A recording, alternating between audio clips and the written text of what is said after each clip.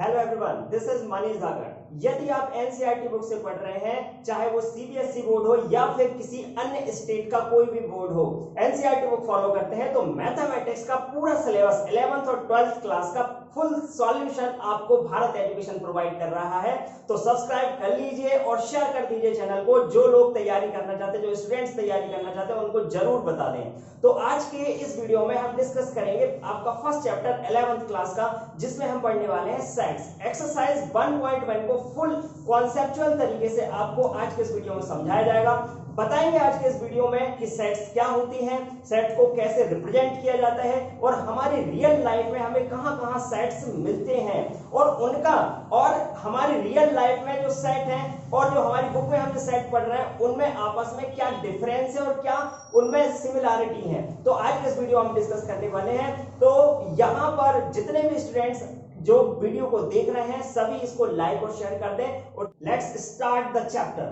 यहां पर अगर हम बात करें सेट्स की, तो सेट सबसे पहले हम समझते हैं कि सेट को डिफाइन किसने किया और सबसे पहली बार में किसने इसके बारे में बताया।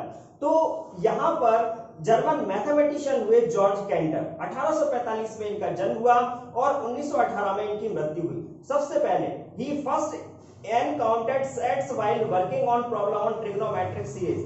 जब ये ट्रिग्नोमेट्रिक सीरीज पर वर्क कर रहे थे उस समय इन्होंने सेट्स के बारे में बताया था। अब अगर देखें हम आगे कि यहां पर हमारी डेली लाइफ में हम कहां-कहां कौन-कौन से सेट्स देखते हैं, तो देखिए जैसे अगर हम बात करें हमारे मंथ्स, जो टोटल मंथ्स 12 जो हमारे होते हैं, ये भी एक टाइप का सेट्स है। और अगर हम देखें नेचुरल नंबर्स, जितने भी नेचुरल नंबर होते हैं उनका भी पूरा पर्टिकुलर एक सेट्स होता है। प्राइम नंबर्स का भी एक पूरा एक सेट होता है।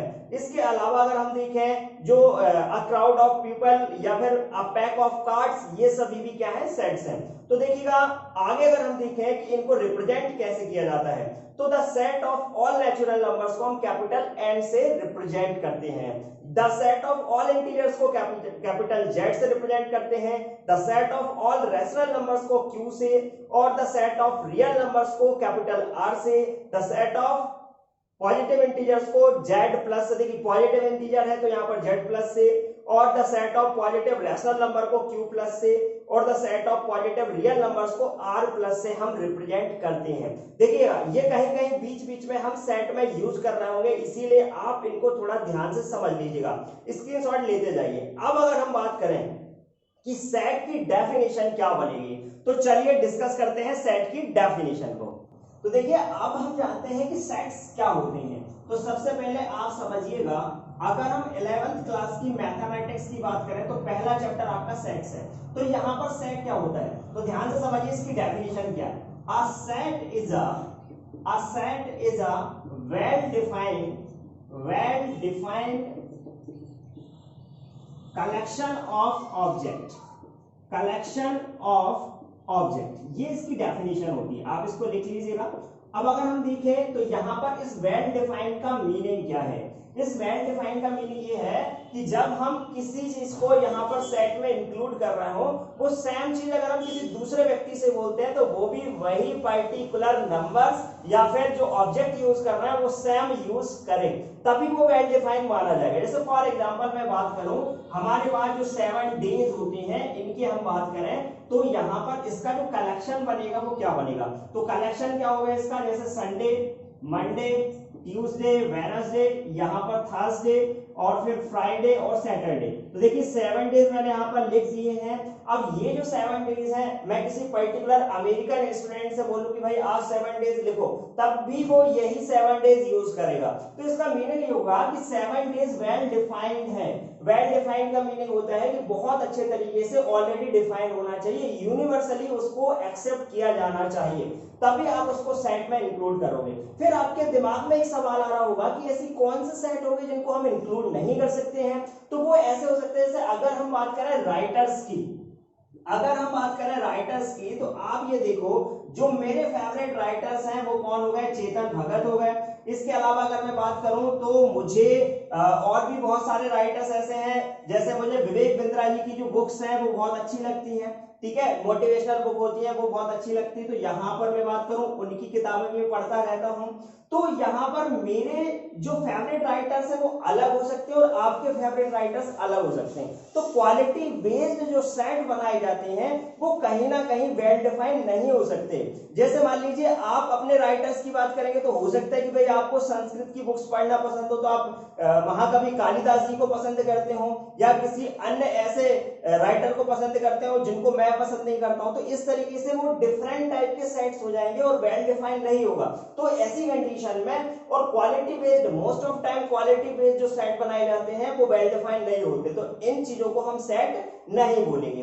अब जैसे मान लीजिए अगर मैं वॉवेल्स की बात करूं तो अल्फाबेट में अगर मैं वॉवेल्स की बात करूं तो ए हो जाएगा, ई, आई, ओ, यू, ठीक है। तो ये टोटल आप अच्छे तरीके से जानते होंगे अल्फाबेट में जो वॉवेल्स होते हैं वो हमारे पास 5 होते हैं, और ये 5 जो वॉवेल्स हैं वो फिक्स हैं। तो यहां पर हम बोल सकते हैं कि ये है क्या, पर्टिकुलर एक सेट है। अब इसके अलावा मैं एक कॉन्सेप्ट और मैं आपको बता रहा हूं, ध्यान रखिएगा। जैसे अगर मैं बात करूं, यहां पर पर्टिकुलर मैं एक सेट दे दे रहा हूं आपको, जैसे फॉर एग्जांपल मैंने यहां पर एक सेट दे दिया आपको, यहां पर मैंने ये सेट आपको बना के दे दिया।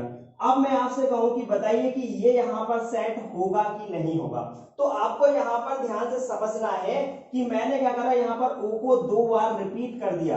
अब यदि मैंने अगर ओ को 2 बार रिपीट किया है तो ऐसा सेट में आप नहीं कर सकते। जब आप इसको प्रॉपर तरीके से लिख रहे होंगे तो वहां पर आप किसी भी अल्फाबेट को या किसी भी पर्टिकुलर एलिमेंट को आप रिपीट नहीं कर सकते। अब इसके साथ साथ आप कुछ चीजें और ध्यान से समझिए। जैसे मान लीजिए मैंने यहाँ पर एक सेट पर्टिकुलर आपके सामने लिख रखा है, इसके अलावा मैं यहाँ पर जो मंथ है, मंथ्स का भी एक सेट बना देता हूं, जिसमें मैं पर्टिकुलर करता क्या हूं कि यहाँ पर जो सेट है वो इस तरीके से डिफाइन कर रहा हूं, जैसे जनवरी, फरवरी, मार्च और पूरा 12 मंथ्स जो हमारे होते हैं उनको मैंने यहाँ पर सेट में यूज कर लिया। अब जैसे मैंने यहाँ पर जो सेट बनाया उसको नेम दिया मैंने यहाँ पर एम। तो ध्यान से समझना कि यहाँ पर पर्टिकुलर हम एक साइन का यूज करते हैं, ये वाला साइन, ठीक है।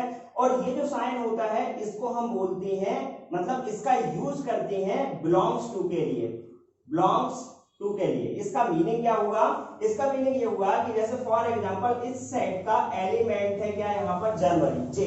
अगर इसका एलिमेंट जे है तो मैं इसको पर्टिकुलर ऐसे लिख सकता हूं कि जे बिलोंग्स टू एम।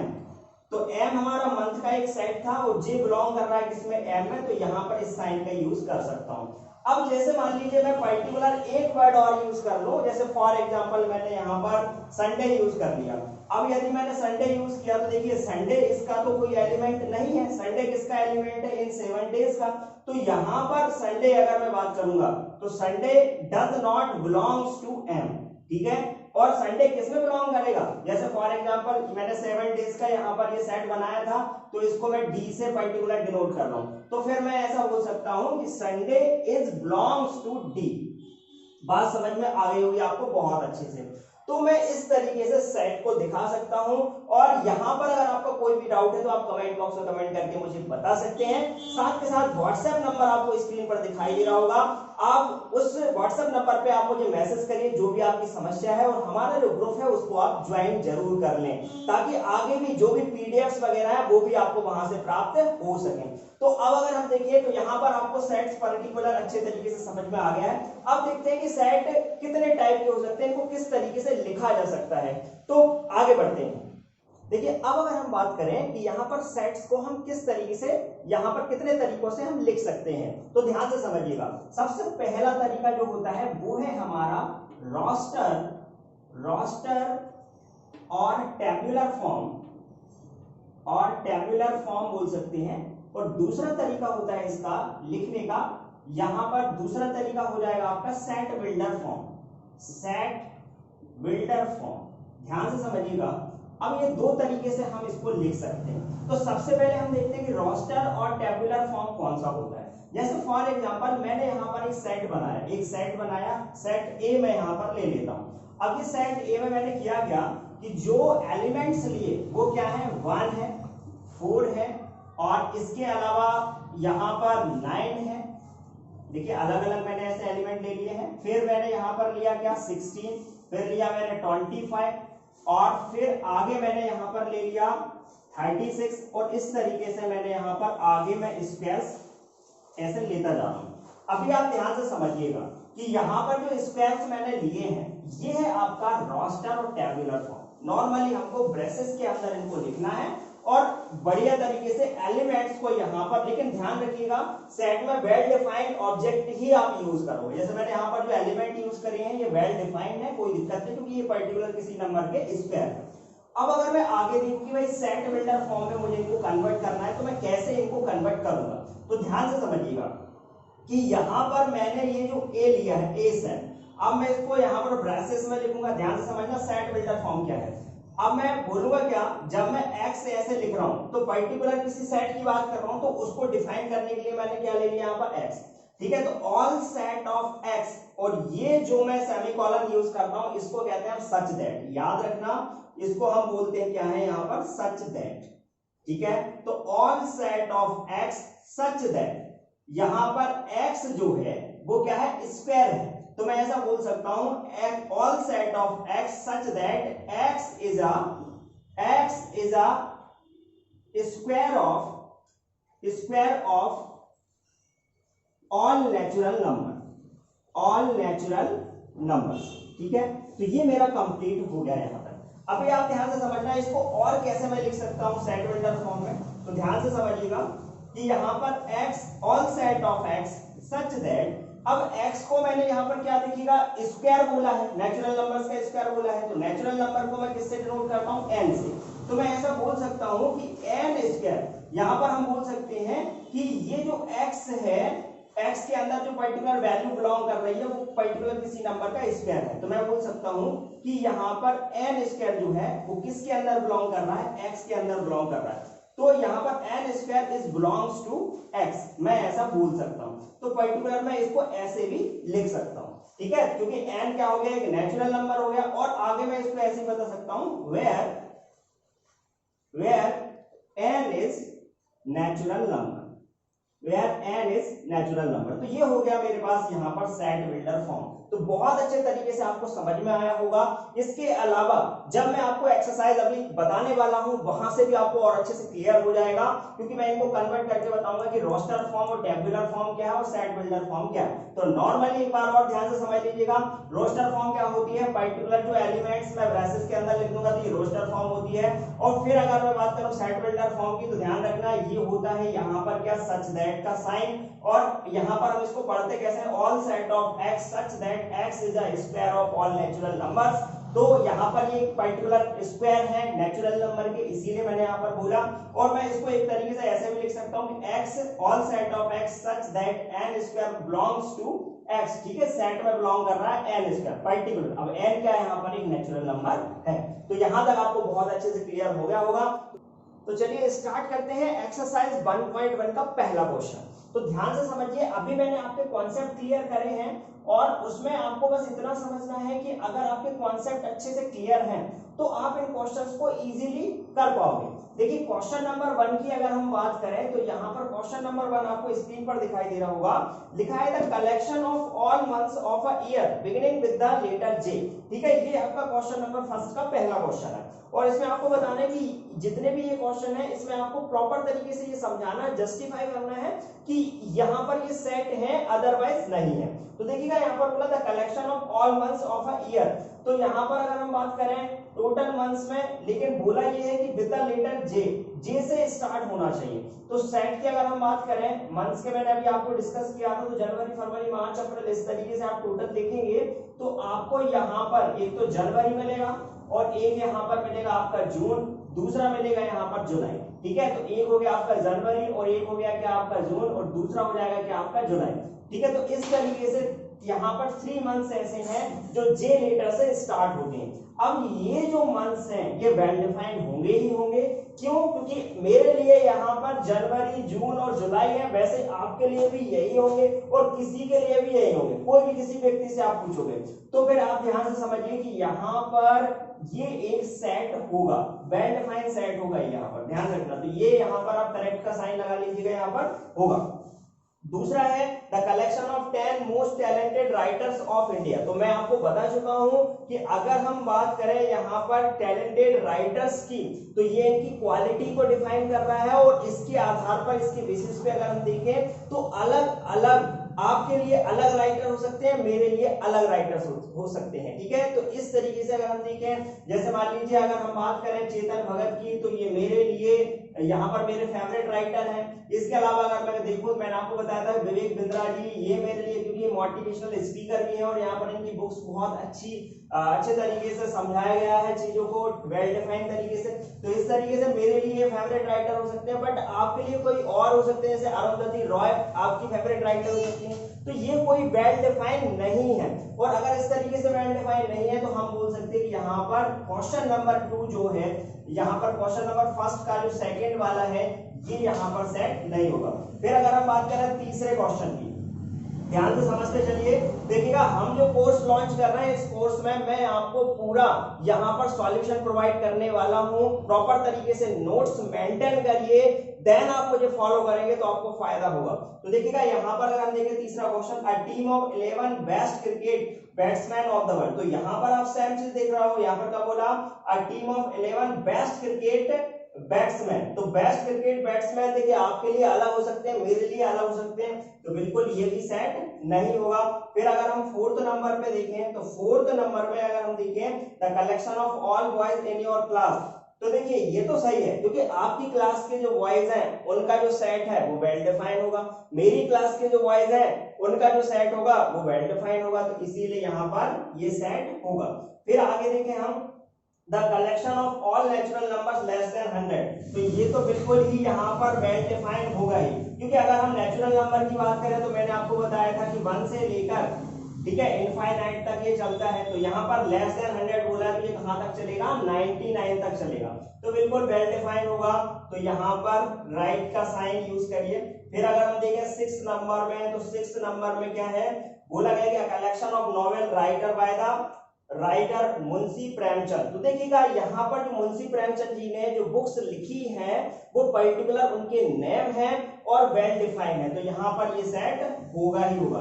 तो ये हो गया अपना क्वेश्चन नंबर 6। अब अगर हम बात करें क्वेश्चन नंबर 7 की, तो ध्यान से समझिए, क्वेश्चन नंबर 7 की बात करें the collection of all even integers. तो ऑल इवन इंटीजर्स की बात करें तो यहाँ पर ये भी एक पर्टिकुलर सेट होगा, ठीक है। फिर आगे देखें, ये 8th नंबर होगा, ठीक है, यहाँ पर बोला था collection of all even integers. फिर आगे देखें the collection of questions in this chapter. तो देखिएगा अगर हम देखें द कलेक्शन ऑफ, यहाँ पर क्वेश्चंस की बात करी गई है इस चैप्टर के, तो सीधी सी बात है वो पर्टिकुलर वेल डिफाइन है, तो यहाँ पर ये भी आपके सेट्स होंगे, ठीक है। तो ये चीज भी आपको बहुत अच्छे से क्लियर हो गई होगी। अब अगर हम आगे देखें तो 9th नंबर का यहाँ पर है a collection of most dangerous animal of the world. तो ये तो सही है, देखिए ये सबके लिए अलग अलग हो सकते हैं, जरूरी नहीं है कि ये सेम हो। देखिए डेंजरस क्या होती है, उसकी क्वालिटी, तो क्वालिटी जो है उसको सेट में इंक्लूड नहीं कर सकते हैं, ठीक है। तो ये चीज आपको थोड़ा सा ध्यान रखना है। यहाँ पर बोला था collection of most dangerous animal, जैसे अब देखिए किसी को तो ऐसा भी है कि किसी को मगरमच्छ से डर लगता है, तो किसी को छिपकली से भी, कॉकरोच से भी डर लगता है, तो सबके लिए अलग अलग डेंजरस एनिमल्स हो सकते हैं। तो यहाँ पर आप ध्यान रखिए कि ये भी यहाँ पर वेल डिफाइंड सेट नहीं होगा। तो ये प्रॉपर सॉल्यूशन मैंने आपको बता दिए। इसके अलावा स्क्रीन पर मैं इनके सॉल्यूशंस स्क्रीनशॉट आपको दिख रहा होगा, तो आप चाहे इनको प्रॉपर तरीके से लिख सकते हैं। जैसे पहले question, the collection of all months of a year beginning with the letter J is a well defined collection of object because one can definitely identify a month that belongs to this collection। तो इस तरीके से आप उनको proper तरीके से लिख भी सकते हैं। तो चलिए ये बात आपको बहुत अच्छे समझ में आ गई होगी। अगर कोई क्वेश्चन आपको क्लियर नहीं हुआ है तो आप मुझे कमेंट बॉक्स में कमेंट करके जरूर बताएं। अब चलिए चलते हैं इसके क्वेश्चन नंबर 2 की ओर। अब अगर हम देखें क्वेश्चन नंबर 2, ये भी बिल्कुल इजी क्वेश्चन है, ध्यान से समझिएगा। देखिए क्वेश्चन नंबर 2 की अगर हम बात करें तो यहाँ पर, इससे पहले मैंने आपको बताया है कि बिलोंग्स टू का जो साइन है वो हमें यहाँ पर यूज करना है। तो देखिएगा यहाँ पर बोला है कि क्वेश्चन नंबर 2 की बात कर रहा हूं, और क्वेश्चन में आपको एक सेट दिया है A इज इक्वल्स टू, यहाँ पर ब्रेसेस का यूज किया है 1 2 3 4 5 6, ठीक है, ये इसके एलिमेंट्स दिए हैं और इन्होंने बोला है कि इंसर्ट द एप्रोप्रिएट सिंबल, यहां पर बिलोंग्स टू का जो यूज है वो हमें करना है इन द ब्लैंक स्पेस। तो यहां पर देखिए फर्स्ट क्वेश्चन जो है इसका जो फर्स्ट है उसमें बोला है कि यहां पर हमें साइन बताना है कि भाई जो बिलोंग्स टू का साइन यूज करना है, तो या तो हम बिलोंग्स टू का साइन यूज करें, ठीक है, या फिर डज नॉट बिलोंग्स टू का साइन यूज करना है, क्योंकि अगर वो सब बिलोंग नहीं कर रहा होगा तो डज नॉट यूज होगा और अगर हो रहा होगा तो यहाँ पे बिलोंग्स टू का साइन यूज होगा। तो आप ये बताइए कि इस सेट में 5 कहीं दिख रहा है आपको, तो बिल्कुल आपको दिख रहा है, दिख रहा है तो यहाँ पर बिलोंग्स टू का साइन आएगा, ठीक है, ये चीज आपको क्लियर हो गई होगी। अब अगर हम दूसरा देखें तो बोला है कि भाई 8 क्या इसमें बिलोंग कर रहा है, नहीं कर रहा, तो डज नॉट बिलोंग्स टू 8। तीसरा अगर हम देखें तो यहां पर बोला है कि 0 ए में बिलोंग कर रहा है कि नहीं, तो देखिए 0 नहीं है तो डज नॉट बिलोंग्स टू ए। फिर अगर हम फोर्थ क्वेश्चन की बात करें तो यहाँ पर 4 बिलोंग कर रहा है कि नहीं, बिल्कुल कर रहा है, ये देखिए दिखाई दे रहा होगा आपको, तो 4 इज बिलोंग्स टू ए। फिर अगर हम अगला क्वेश्चन देखें क्या 2 बिलोंग कर रहा है, तो बिल्कुल बिलोंग कर रहा है। फिर अगर देखें अगला क्वेश्चन 6 नंबर का, बोला कि भाई 10 बिलोंग कर रहा है तो डज नॉट बिलोंग्स टू ए। तो ये बात आपको बहुत अच्छे से समझ में आ गई होगी। ये थी आपकी एक्सरसाइज 1.1 जिसमें मैंने आपको बहुत अच्छे तरीके से इनके सॉल्यूशंस बताए हैं। और ध्यान रहे माय डियर एस्पिरेंट्स, जितने भी स्टूडेंट्स यहाँ पर इस वीडियो को देख रहे हैं सभी से मैं ये कहता हूं कि जितने भी छात्र और छात्राएं आपके क्लासमेट्स हैं सभी को बताइए कि यहाँ पर फ्री ऑफ कॉस्ट आपको ये पूरा का पूरा सिलेबस का सॉल्यूशन दिया जा रहा है। अगर आप इसको प्रॉपर फॉलो करते हैं और दिए गए नंबर पर अगर आप मैसेज करते हैं तो मैं आपको ग्रुप से जोड़ लूंगा और आगे भी जो भी आपके डाउट्स होंगे बढ़िया तरीके से आपको क्लियर किए जाएंगे। तो अगर वीडियो अच्छा लगा हो तो लाइक और शेयर जरूर करें और ज्यादा से ज्यादा स्टूडेंट्स को जोड़ें ताकि सभी की हेल्प हो सके, क्योंकि इस कोविड-19 जो यहाँ पर चल रहा है, कोविड की वजह से लॉकडाउन है, तो बहुत सारे बच्चों की यहाँ पर स्टडी रुक गई है, तो स्टडी को रोकना नहीं है। ऑनलाइन क्लासेस आपको रेगुलर मिलेंगी। Thank you very much.